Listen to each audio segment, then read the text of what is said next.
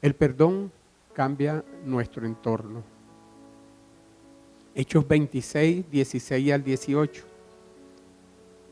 Él estaba contando al rey Agripa y, bueno, tomé esta parte donde dice, pero levántate, este es Jesús hablándole a Pablo, y ponte sobre tus pies, porque para esto te he aparecido a ti, para ponerte por ministro y testigo de las cosas que has visto y de aquellas en que me apareceré a ti, librándote de tu pueblo y de los gentiles a quienes ahora te envío, para que abras sus ojos, para que se conviertan de las tinieblas a la luz y de la potestad de Satanás a Dios, para que reciban por la fe que es en mí perdón de pecado y herencia entre los santificados. Jesús tenía un propósito cuando se le presentó a Pablo en el camino a Damasco. Primeramente, Pablo iba a ser puesto por ministro, por servidor de Jesús. Diácono es la palabra en griego, uno que sirve a Jesús. Y para ser testigo, para dar testimonio de la obra del Señor. Como les dije antes, Jesús le había dicho a Ananías en visión, ve porque instrumento escogido me es este para llevar mi nombre en presencia de los gentiles y de reyes y de los hijos de Israel. Él iba a llevar el mensaje, iba a ser enviado a los gentiles para abrirle los ojos.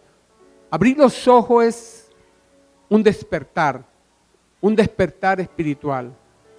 Lo que antes no veíamos porque el Dios de este mundo había enceguecido los ojos para que no les resplandeciese el evangelio a los gentiles y para que no pudieran convertirse de las tinieblas a la luz. Pablo era el escogido para llevar este mensaje mediante la predicación del evangelio, las buenas nuevas de salvación, y sacarlo de la esfera del diablo e introducirlo en la esfera del reino de Dios. Ese era el propósito que Jesús tenía con Pablo. ¿Cómo lo iba a hacer Pablo? Mediante el perdón de pecados. El perdón de lo que ofende a Dios. ¿Por medio de qué? De la fe en Jesús. Aquí hay un secreto tremendo que a veces no lo discernimos. Y la herencia de los santificados es Jesús. Jesús es nuestra herencia, pero hay algo interesante. Pero también el perdón viene pegado a Jesús. ¿Qué quiero decirle en esta mañana? Que si Jesús no está, no hay perdón. El perdón puede existir si Jesús está. Si Jesús no habita en el corazón del hombre, este será incapaz de ser, no va a tener el perdón, y no solamente esto, sino que va a ser incapaz de perdonar la ofensa. Si Cristo no está en el corazón de cada uno de nosotros, nosotros no vamos a perdonar a aquellos que nos ofenden. Y la ofensa es el sinónimo de pecado. ¿Y sabe una cosa? El pecado nos mantiene encarcelados. Es una prisión. Ahora bien, nuestro Señor le estaba encomendando al apóstol Pablo que continuara con el trabajo que él había comenzado acá en la tierra. Porque cuando comenzó Jesús su ministerio, él dijo, el Espíritu del Señor está sobre mí, por cuanto me han ungido para dar las buenas nuevas.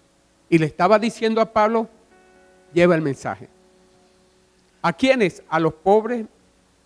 Me ha enviado a sanar a los quebrantados de corazón, a pregonar libertad a los cautivos y vista a los ciegos, a poner en libertad a los oprimidos, a predicar el año agradable del Señor. Esto era lo que hacía Jesús y lo que le estaba encomendando a Pablo. Y ahora nosotros como iglesia tenemos esta misma responsabilidad. Tenemos la responsabilidad de hacer lo mismo. Pues fuimos comisionados por Jesús en Mateo 28, 19, cuando nos dijo: por tanto, id y haced discípulos a todas las naciones, bautizándolos en el nombre del Padre, del Hijo y del Espíritu Santo, enseñándoles que guarden todas las cosas que yo he mandado. Y aquí yo estoy con vosotros todos los días hasta el fin del mundo. Hacer lo mismo. ¿Qué es hacer lo mismo? Ser servidores de Cristo, ser testigos de Él.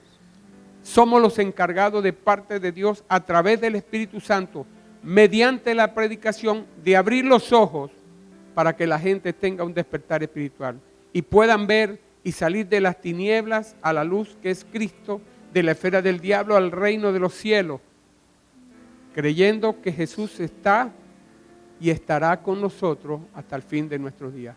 Esta es la predicación que ustedes están oyendo acá, y esta es la predicación que usted oye a cada hombre de Dios que ha sido comisionado por Dios para llevar estas buenas nuevas.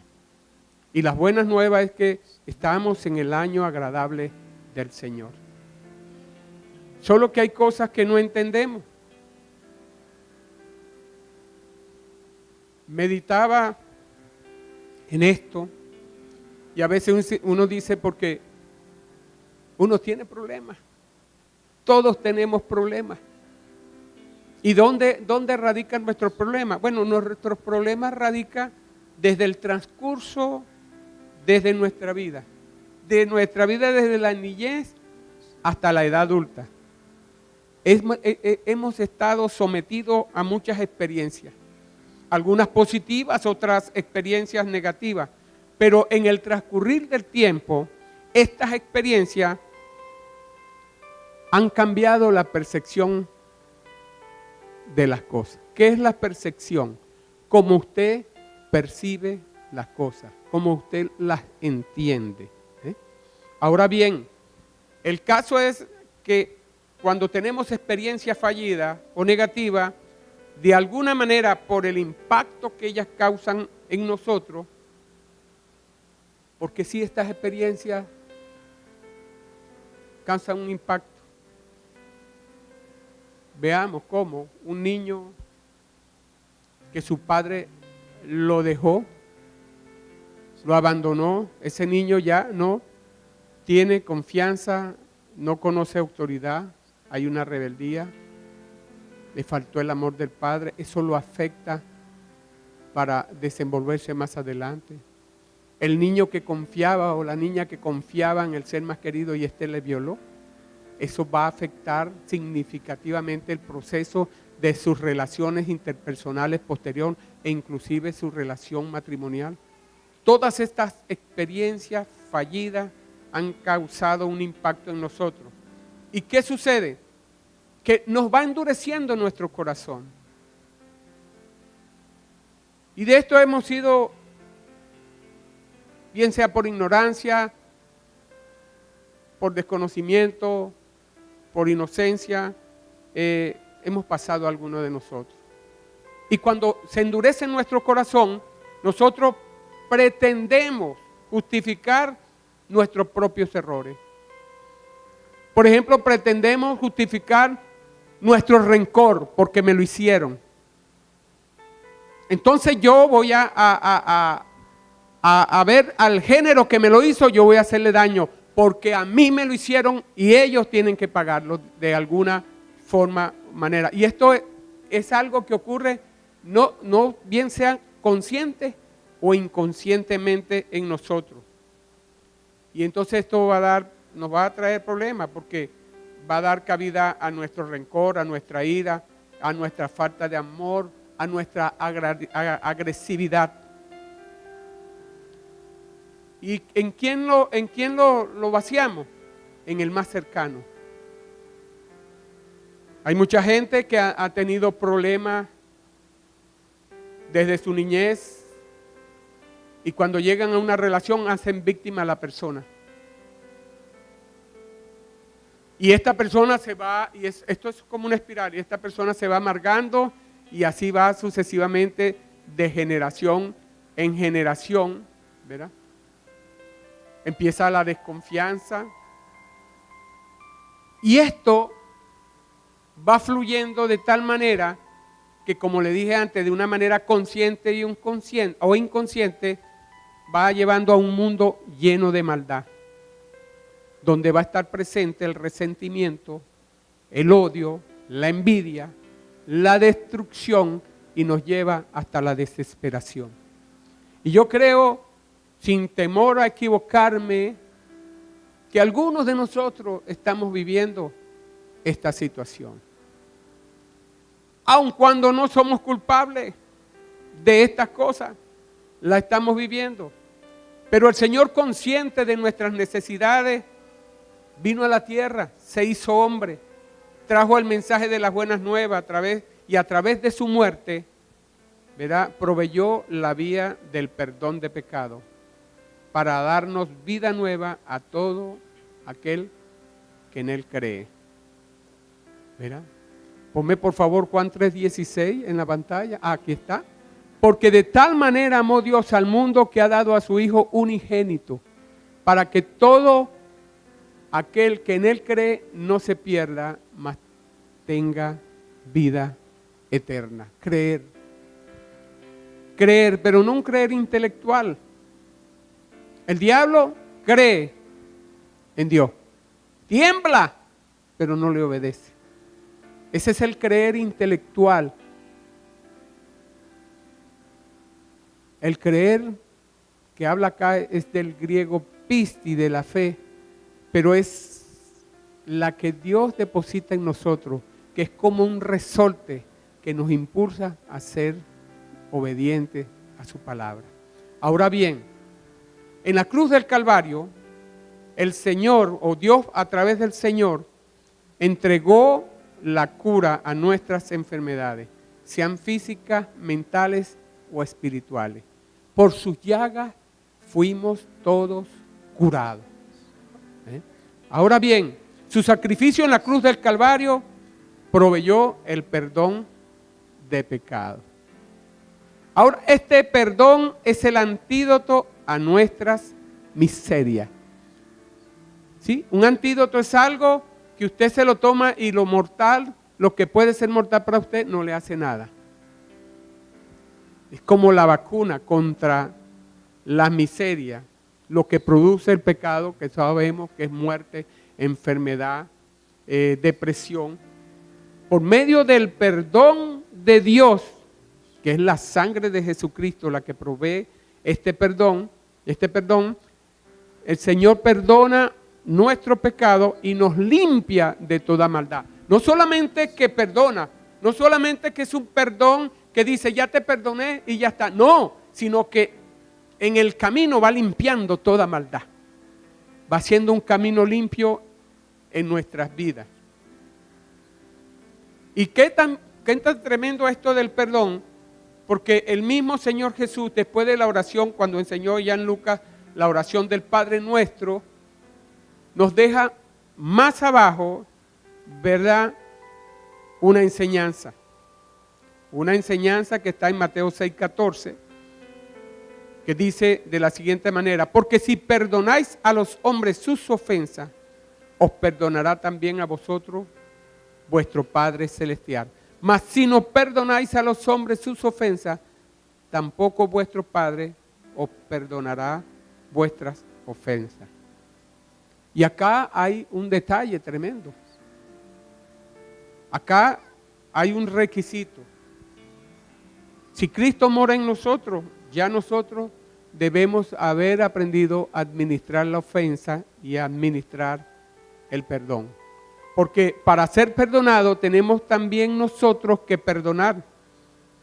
Así que, mi hermano, amigo, el perdón es necesario aprenderlo. No es algo que viene así como así. Tenemos que aprender a perdonar. No porque el que perdonemos nos va a ser más bueno o más caritativo, no. La razón es porque nuestra percepción está errada. ¿Cómo percibimos las cosas? Errada. Porque percibimos por causa de la ofensa que nos hicieron, por la causa de la ofensa que nos dañó. Entonces, por causa de esa ofensa, respondemos de la manera que respondemos.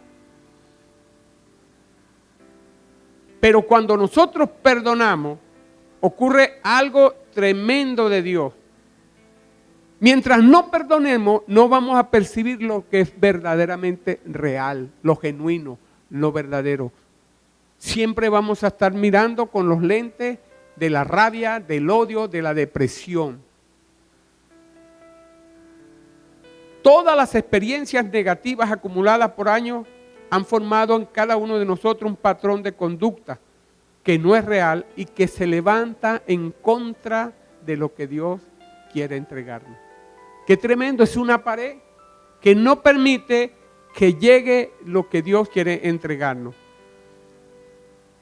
¿Qué aprendimos en medio de esta experiencia negativa? A buscar en otro lo que creemos que nos hace falta.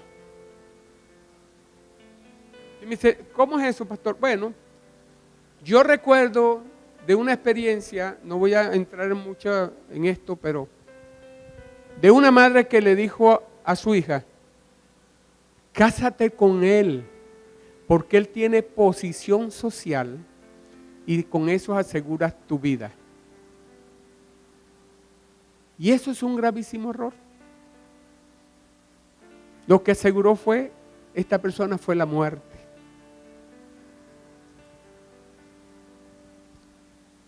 Aprendemos a amar a los otros con el interés de que podemos sacar algo de él.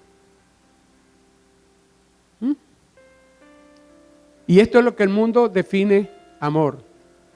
Me enamoro de la chica que tiene las medidas como de una Miss. Pero al pasar los años, esas medidas se van a venir al suelo. Y nos engañamos a nosotros mismos. Me enamoro más por conveniencia. Y ese es el amor eros,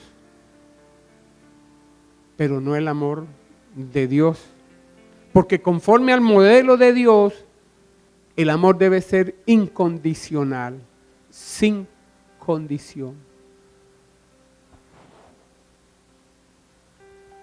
La palabra en 1 Corintios 13 nos habla de un amor que nada exige. Un amor que todo lo cree, que todo lo espera, que todo lo soporta, que es benigno, que no busca su propio bien, sino el bien del otro, que es sufrido, que no guarda rencor. Es un amor ágape en griego, un amor incondicional, que no busca lo suyo. Es el amor que viene de Dios, es el amor que viene del Espíritu y no de la carne. El amor de nuestra experiencia nos ha acuñado un amor interesado, donde fijo mis condiciones según mis preferencias y necesidades. ¿Qué aprendimos de la vida de nuestra experiencia? Que debemos procurar engrandecernos obteniendo del mundo aceptación, posesiones y amor. ¿Eso no es lo que nos ha enseñado el mundo? Que si no tienes nada no eres nadie, que si no te aceptan no eres feliz. Pero esto es tremendo. ¿Ve? Porque créalo usted o no me lo crea esta mañana, el ser que Dios creó, que es usted, no necesita de nada, está completo. Eso es lo que dice la palabra. El nacido de Dios está eternamente salvo y es eternamente íntegro, amado y amoroso. Si usted nació de Dios, si usted nació de nuevo, entonces usted es esto que está diciendo la palabra. Pero si te mantienes en tu percepción y no en el conocimiento de Dios, entonces vas a tener un gran conflicto allí. Porque el que es nacido de Dios, el que tiene el amor de Dios, sabe, busca compartir en vez de obtener. No busca lo suyo. No tiene ninguna clase de necesidad, pues Dios provee para sus necesidades. Y esto no lo hemos terminado de aprender. He visto por experiencia propia que en los momentos más difíciles que ha pasado en mi vida, que me he visto en conflicto, que no he podido conseguir tal vez el sustento o lo que necesitaba, no me quedó otro remedio sino confiar en Dios. Pero vean lo que le estoy diciendo, no me quedó otro remedio sino confiar en Dios. ¿A dónde puse a Dios? En el último lugar. Pero su palabra dice que Él es nuestro proveedor. Y yo no sé si a usted, pero yo creo que usted no es un cachicamo ni una lapa. Usted es un ser humano igual que yo. Dios lo ha sorprendido las múltiples veces que viene la bendición y usted se sorprende de la provisión de Dios, de donde menos usted la espera. Y Dios dice que usted y yo tenemos que aprender esto.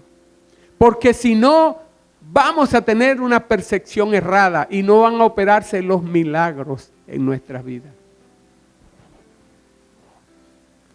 Es Dios el que provee para nuestras necesidades. Y no solamente esto. Dios nos une con personas iguales. Por eso está la iglesia. Así como el diablo une a los drogadictos con los drogadictos, a los homosexuales con los homosexuales, Dios une a los ungidos con los ungidos.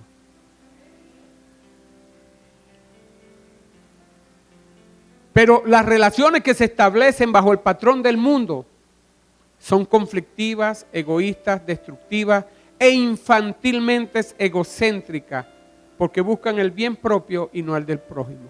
Si estamos peleando con esto, tenemos la percepción errada y todavía necesitamos el perdón del Señor. Pero las relaciones que se establecen bajo el patrón de Dios y entregamos al Espíritu Santo llegan a convertirse en lo más sagrado de la tierra. Solo el Espíritu de Dios puede cambiar las relaciones fallidas o negativas basadas en el interés propio por relaciones sanas fundamentadas en el amor y en el perdón, proveyendo para nosotros la oportunidad de sanar nuestras percepciones negativas y de corregir nuestros errores. Solo el perdón trae esto. Las relaciones basadas en el amor y en el perdón nos da la oportunidad de perdonarnos a nosotros mismos y de perdonar a otros, siendo una invitación esta más al Espíritu de Dios a obrar en nuestras vidas. Si nosotros permitimos que nuestro ego gobierne nuestra mente, va a impedir que el Espíritu de Dios gobierne nuestra mente. Si nosotros no somos capaces de quebrantarnos delante de Dios y tomar la decisión de escuchar la voz del Espíritu Santo y prestarle la atención debida, ella nos hablará. Si no decidimos esto, veremos que esa voz va a estar lejos. Pero si decidimos acercarnos, entonces ella nos va a hablar infaliblemente y clara y con una precisión tremenda para nuestra vida y va a ejercer una atracción irresistible en el camino hacia el Señor. Y sé que todos estamos luchando en esto, pero en la medida que la voz de Dios, la voz del Espíritu Santo nos convence de pecado y nosotros aceptamos el perdón de Dios, entonces vamos directo al camino del propósito de Dios en nuestra vida. Y cuando empezamos a mirar con la visión del Señor, vamos a entender la realidad del pecado, la culpabilidad del hombre y la muerte. Entonces entenderemos y conoceremos que la única corrección para todos nuestros errores de nuestra percepción carnal es Jesús. Y va a permitir el retorno hacia lo que Dios quiere. Eso es lo que es despertar espiritual. Vamos a abrir nuestros ojos y vamos a salir de las tinieblas hacia la luz.